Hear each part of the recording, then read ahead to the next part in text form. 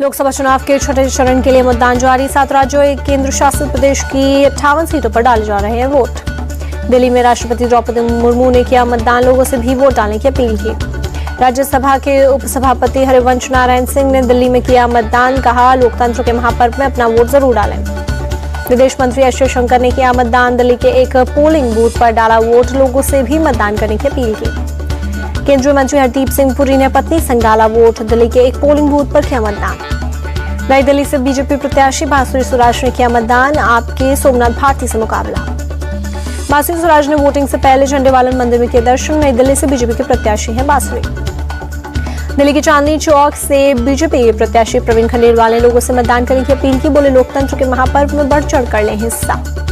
पूर्वी दिल्ली से बीजेपी प्रत्याशी हर्ष मल्होत्रा ने किया मतदान, लोगों से भी मतदान करने की अपील की, बोले एनडीए 400 पार करेगी, मोदी तीसरी बार बनेंगे पीएम। दिल्ली बीजेपी अध्यक्ष वीरेंद्र सचदेवा ने डाला वोट, मयूर विहार फेज 1 के बूथ पर डाला वोट। मतदान करने के बाद बोले दिल्ली बीजेपी चीफ सचदेवा, लोगों में उत्साह, जनता चाहती है मोदी तीसरी बार पीएम बने, दिल्ली की सभी 7 सीटों पर खिलेगा कमल। चांदनी चौक से बीजेपी प्रत्याशी प्रवीण खंडेलवाल ने किया मतदान, कांग्रेस के जयप्रकाश अग्रवाल से मुकाबला। उत्तर पूर्वी दिल्ली से बीजेपी प्रत्याशी मनोज तिवारी का बयान, बोले कांग्रेस प्रत्याशी कन्हैया कुमार ने सेना का अपमान किया, ऐसे व्यक्ति को कांग्रेस का पारंपरिक वोटर भी वोट नहीं देगा।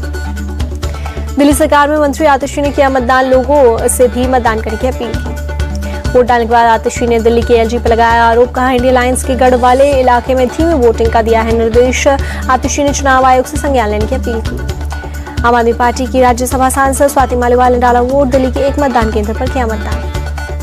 चांदनी चौक से कांग्रेस उम्मीदवार जेपी अग्रवाल का दावा, पूरा चुनाव केवल मुद्दों पर लड़ा गया, एनडीए गठबंधन दिल्ली की सभी 7 सीटें जीतेगा। पूर्वी दिल्ली से सांसद और पूर्व क्रिकेटर गौतम गंभीर ने किया मतदान, इस बार बीजेपी ने गौतम गंभीर को नहीं दिया टिकट। मतदान के बाद बोले गौतम गंभीर, सभी लोग बाहर निकले और मतदान करें, ये लोकतंत्र का सबसे बड़ा पर्व। सीईसी सुशील चंद्रा ने पत्नी संग डाला वोट, दिल्ली के एक पोलिंग बूथ पर डाला वोट। प्रियंका गांधी के बेटे और बेटी ने किया मतदान, दिल्ली के लोधी रोड बूथ पर डाला वोट। सीएम केजरीवाल के पिता ने किया मतदान, दिल्ली के एक पोलिंग बूथ पर डाला वोट। दिल्ली हज कमेटी की अध्यक्ष कौसर जहां ने किया मतदान, लोगों से भी वोट डालने की अपील की। मतदान करने के बाद बोली दिल्ली हज कमेटी की अध्यक्ष कौसर जहां, विकसित राष्ट्र के संकल्प को पूरा करने के लिए मतदान किया, सभी लोग मतदान करें। दिल्ली पुलिस कमिश्नर संजय अरोड़ा ने डाला वोट, सभी से मतदान करने की अपील की। Delhi central DCP M Harshvardhan ने सभी से मतदान करने की अपील की, कहा कई महीनों से आज के लिए तैयारी चल रही थी। सीएम योगी ने लोगों से मतदान करने की अपील की, बोले आत्मनिर्भर विकसित भारत के निर्माण के लिए पहले मतदान फिर जलपान। यूपी के डिप्टी सीएम केशव प्रसाद मौर्य ने सभी से मतदान करने की अपील की, कहा मतदान करना हर नागरिक का अधिकार। आजमगढ़ से एसपी कैंडिडेट धर्मेंद्र यादव ने बड़ी जीत का किया दावा, कहा पीएम लोगों को असली मुद्दों से भटकाने का काम कर रहे हैं। राष्ट्र के नाम वोट डालते नजर आए प्रयागराज के वोटर, राम मंदिर से लेकर राष्ट्रीय सुरक्षा के मुद्दे का किया समर्थन। हरियाणा सीएम नायब सिंह सैनी ने किया मतदान, नारायणगढ़ के एक पोलिंग बूथ पर डाला वोट, लोगों से भी मतदान करने की अपील की। हरियाणा सीएम नायब सिंह सैनी ने वोटिंग से पहले गुरुद्वारे में टेका मत्था, अपने पैतृक गांव मिर्जापुर माजरा के गुरुद्वारे में टेका मत्था। हरियाणा के पूर्व सीएम मनोहर लाल खट्टर ने करनाल में किया मतदान, करनाल से बीजेपी के प्रत्याशी भी हैं मनोहर लाल। हरियाणा के पूर्व सीएम भूपेंद्र हुड्डा ने लोगों से की मतदान की अपील, बोले सभी मतदाता अपने मताधिकार का प्रयोग करें। रोहतक से कांग्रेस प्रत्याशी दीपेंद्र हुड्डा ने कहा हमारा गठबंधन हरियाणा की सभी 10 सीट जीतेगा। फरीदाबाद के बूथ पर केंद्रीय मंत्री कृष्णपाल गुर्जर ने डाला वोट, फरीदाबाद से बीजेपी कैंडिडेट है कृष्णपाल गुर्जर। हरियाणा के सिरसा में वोट डालने के बाद बोले पूर्व डिप्टी सीएम दुष्यंत चौटाला बदलाव के लिए करें वोट। कुरुक्षेत्र से बीजेपी प्रत्याशी नवीन जिंदल ने पत्नी संग डाला वोट, कतार में खड़े होकर किया मतदान। कुरुक्षेत्र से बीजेपी उम्मीदवार नवीन जिंदल ने सिद्धेश्वर मंदिर में की पूजा, आम आदमी पार्टी के डॉक्टर सुशील गुप्ता से मुकाबला। गुरुग्राम में 10 सालों में हुए विकास पर डाले जा रहे वोट, कई वोटर्स ने स्थानीय मुद्दों को बनाया मुद्दा। पश्चिमी चंपारण से बीजेपी प्रत्याशी संजय जायसवाल ने किया मतदान, कांग्रेस के मदन मोहन तिवारी से है मुकाबला। बिहार के सिवान ने शहाबुद्दीन की पत्नी हिना शहाब ने डाला अपना वोट, सिवान से निर्दलीय कैंडिडेट है हिना। इंडिया टीवी से बातचीत में बोली शिवहर से जेडीयू प्रत्याशी लवली आनंद, बिहार के लोग जंगल राज को भूले नहीं है, जीत को लेकर जताया विश्वास। शिवहर से पूर्व सांसद आनंद मोहन बोले बिहार की जनता ने मन बनाया, पुराना युग नहीं लाना है, बिहार की सभी सीटों पर एनडीए की जीत का दावा। पश्चिम बंगाल के नंदीग्राम में मतदान जारी, मतदान केंद्रों पर सुबह से लगी लंबी लंबी कतारें। तमलुक में वोटिंग से पहले टीएमसी कार्यकर्ता की हत्या, टीएमसी ने बीजेपी कार्यकर्ताओं पर लगाया आरोप। मेदिनीपुर से बीजेपी प्रत्याशी अग्निमित्रा पॉल बोली मेदिनीपुर से बीजेपी जीतेगी, जनता को पीएम पर भरोसा। पुरी से बीजेपी प्रत्याशी समित पात्रा ने मतदान से पहले घर पर की पूजा, बीजेडी के अरुण पटनायक से मुकाबला। बीजेडी के नेता वीके पांडेयन ने पत्नी संग डाला वोट, भुवनेश्वर के पोलिंग बूथ पर किया मतदान। भुवनेश्वर से बीजेपी के प्रत्याशी अपराजिता सारंगी ने किया मतदान, बीजेडी के मनमथ कुमार राउतरे से है मुकाबला। ओडिशा के पुरी समुद्र तट पर आम का इस्तेमाल कर रेत पर बनाई गई कलाकृति, लोगों को मतदान के लिए किया गया जागरूक। झारखंड के राज्यपाल सीपी राधाकृष्णन ने किया मतदान, रांची के एक पोलिंग बूथ पर डाला वोट, लोगों से भी मतदान की अपील की। जम्मू कश्मीर बीजेपी अध्यक्ष रविंद्र रैना ने डाला वोट, राजौरी के बूथ पर जाकर किया मतदान। पीडीपी प्रमुख महबूबा मुफ्ती ने पीडीपी के कार्यकर्ताओं को बिना वजह के थाने में बंद किए जाने का आरोप लगाया, बोली हमारे पोलिंग एजेंटों को थाने में बंद किया गया। जम्मू कश्मीर के अनंतनाग में वोटिंग के लिए लोगों में दिखा उत्साह, मतदान केंद्र पर लगी लंबी लंबी कतारें। कांग्रेस महासचिव जयराम रमेश का बयान, बोले 4 जून को पूरे देश पीएम मोदी को अलविदा कर देगा, इंडी गठबंधन का स्पष्ट जनादेश मिलेगा, दिल्ली की सभी 7 सीट इंडी गठबंधन जीतेगा। कर्नाटक के कलबुर्गी में फिसली कांग्रेस अध्यक्ष मल्लिकार्जुन खड़गे की जुबान, पीएम मोदी की तुलना जहर से की, कहा फिर भी लोग चखना चाहें तो क्या किया जा सकता है। खड़गे ने पीएम मोदी की परमात्मा ने खास काम के लिए भेजा है वाले बयान पर कसा तंज, कहा मोदी तो शाश्वत भी हो सकते हैं। कोलकाता में कई हिस्सों में प्रशासन ने 60 दिन के लिए लगाई धारा 144 कानून व्यवस्था का हवाला देते हुए है स्ट्रीट पुलिस थाना और बहु बाजार पुलिस थाना में धारा 144 लागू। बीजेपी प्रदेश अध्यक्ष तुकांत मजूमदार ने ममता सरकार पर लगाया आरोप, पीएम मोदी के प्रस्तावित रोड शो को देखते हुए लगाई गई है धारा 144। वाराणसी में 7वें चरण की वोटिंग से पहले तैयारी में जुटे बीजेपी अध्यक्ष जेपी नड्डा, चुनावी रणनीति पर पार्टी पदाधिकारियों के साथ चर्चा। सीएम नीतीश कुमार से मिले चिराग पासवान, 7वें चरण के प्रचार को लेकर हुई चर्चा। बैठक के बाद चिराग पासवान ने बिहार की सभी 44 सीट पर जीत का किया दावा, कहा कांग्रेस इतिहास के सबसे निचले स्तर पर पहुंचेगी। राजा भैया के सपा को समर्थन के ऐलान के बावजूद केशव प्रसाद मौर्य ने दिया बड़ा बयान, कहा राजा भैया देश हित के खिलाफ नहीं जा सकते।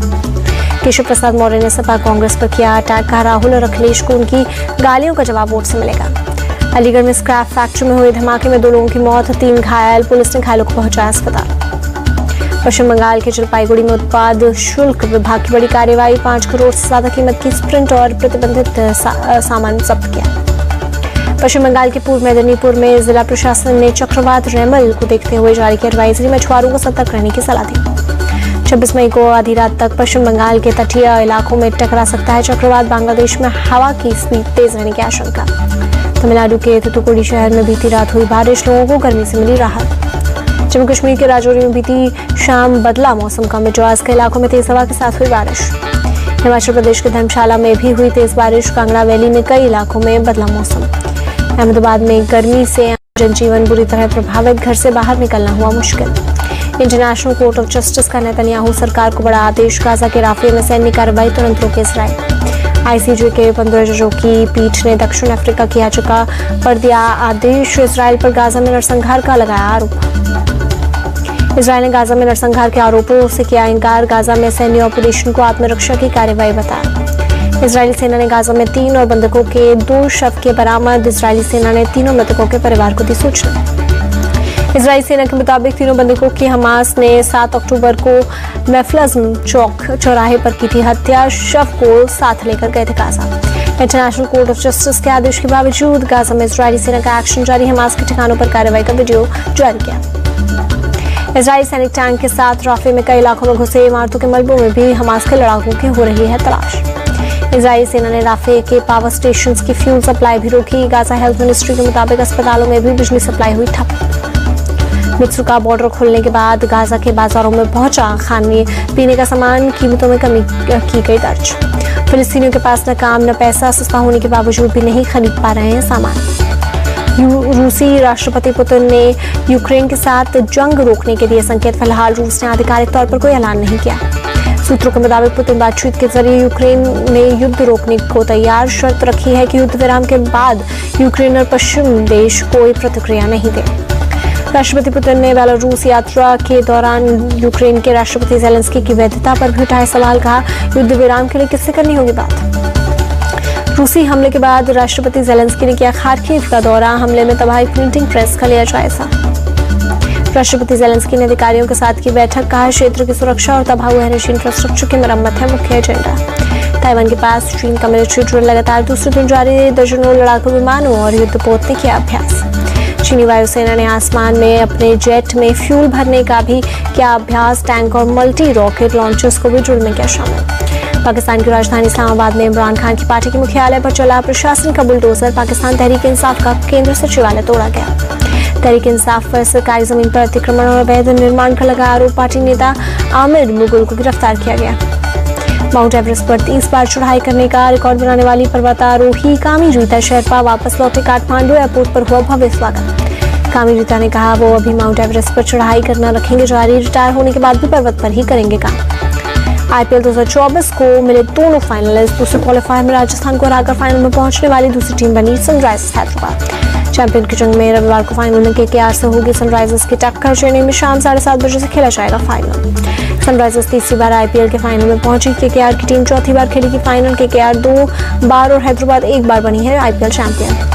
हैदराबाद में करो या मरो के मुकाबले में राजस्थान को 36 रनों से हराया। सनराइजर्स ने पहले बैटिंग करते हुए राजस्थान को 176 रनों का दिया लक्ष्य। राजस्थान की टीम 139 रन ही बना सकी।